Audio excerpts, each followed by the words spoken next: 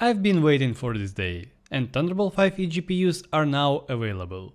Theoretically, Thunderbolt 5 offers twice the bandwidth of previous generation and in some cases 3 times the bandwidth. People saw these numbers and anticipated the tremendous success of the new generation of eGPUs. But even then, I read the specifications and realized that things weren't so rosy for eGPUs. Don't forget that the video card connects via PCIe lines. Thunderbolt 4 had 4 lines 3.0 version, which ultimately provides a 32 gigabits per second bandwidth, not 40 as many claims. The new Thunderbolt 5 also has 4 lines, but this time 4.0 version, and that's already a twofold increase, which is also very good. It's the same Oculink connection speeds, but with the convenience of a Thunderbolt connection, at least in theory, so I have high expectations for it. Except that now there are only a few laptops with Thunderbolt 5 ports. They all are super expensive and already have a good GPU built in. So to make this video possible, I had to buy also expensive motherboard with a Thunderbolt 5 port, even 2 of them, and an Intel CPU for it. I admit, this video cost me a lot, not only in terms of money, but also I had to give up my favorite 9800 X3D, and I hope you guys will support this video with a like. So I will test the eGPU on a desktop PC hardware, which will allow me to compare it with Oculink and a direct connection. I would also like to compare it with a Thunderbolt 4, but unfortunately the 50 series graphics card don't work with my eGPU. I've compared Oculink with Thunderbolt 4 earlier, so after these tests you'll be able to roughly estimate how Thunderbolt 4 would perform. A few words about the dock I'll be using. It's a Paladn Link S-3. At the time of purchase I didn't have much choice. There was the Razer Core X V2, but compared to the first version, it doesn't have a power supply, and there's only one Thunderbolt port available at the back.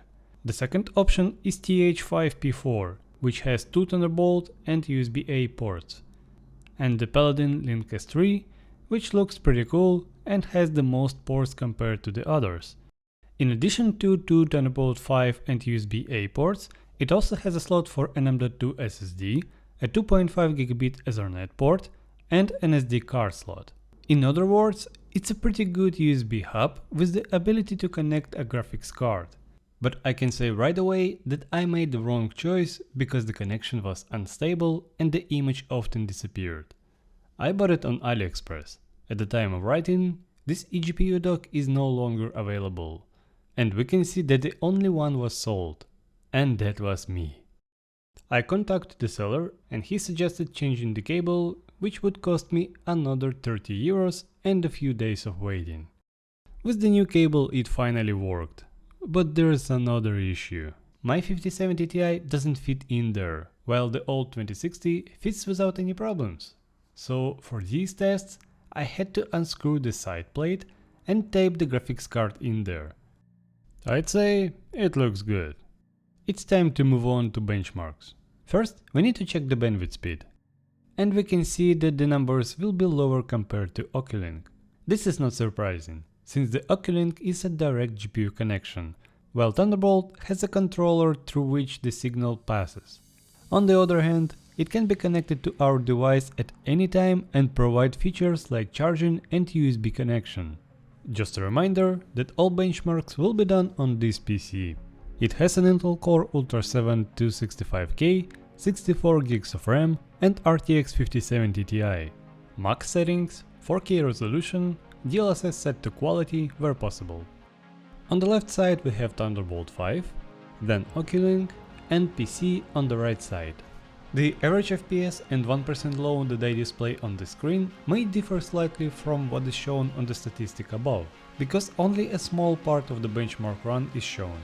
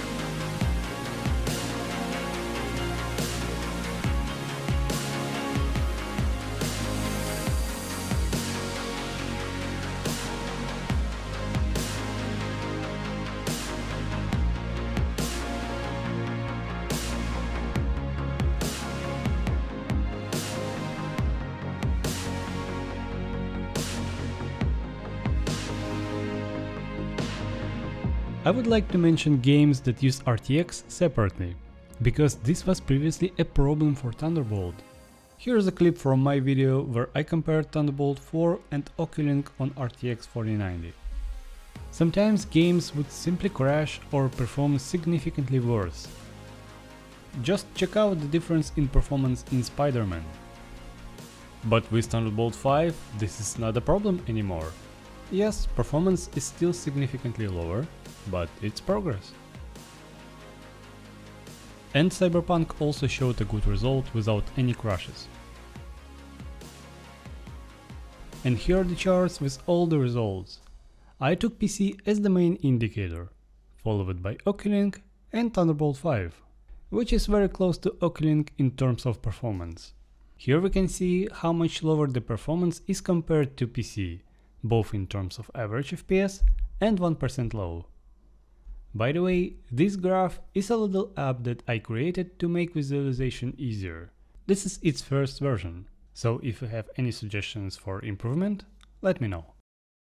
Keep in mind that if you're planning to use an old GPU like this RTX 2060, you'll be limited to a PCIe 3.0 connection, which is roughly half of the available bandwidth.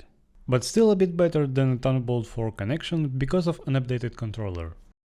I also tried connecting this eGPU dock to my handheld via Thunderbolt 4, but Windows behaved very strangely and I couldn't even run anything. The motherboard also has a Thunderbolt 4 port and connecting to it had similar results. I don't know if it's a feature or a problem with this dock, but I didn't find any mention of backwards compatibility on the product page. And as a bonus, I have a crazy idea. What if I connect another Thunderbolt 4 eGPU dock to the Thunderbolt 5 eGPU dock?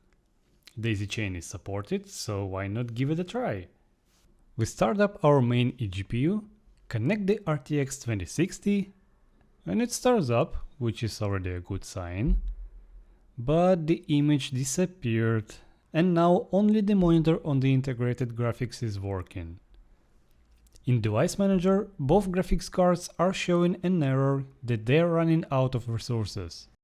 After that I got nervous and restarted PC. Shutting down took way longer than usual, so I disconnected the second eGPU dock and turned off the PC using the button. The PC took a long time to turn on, and while I was staring at the black screen, I questioned my intellect.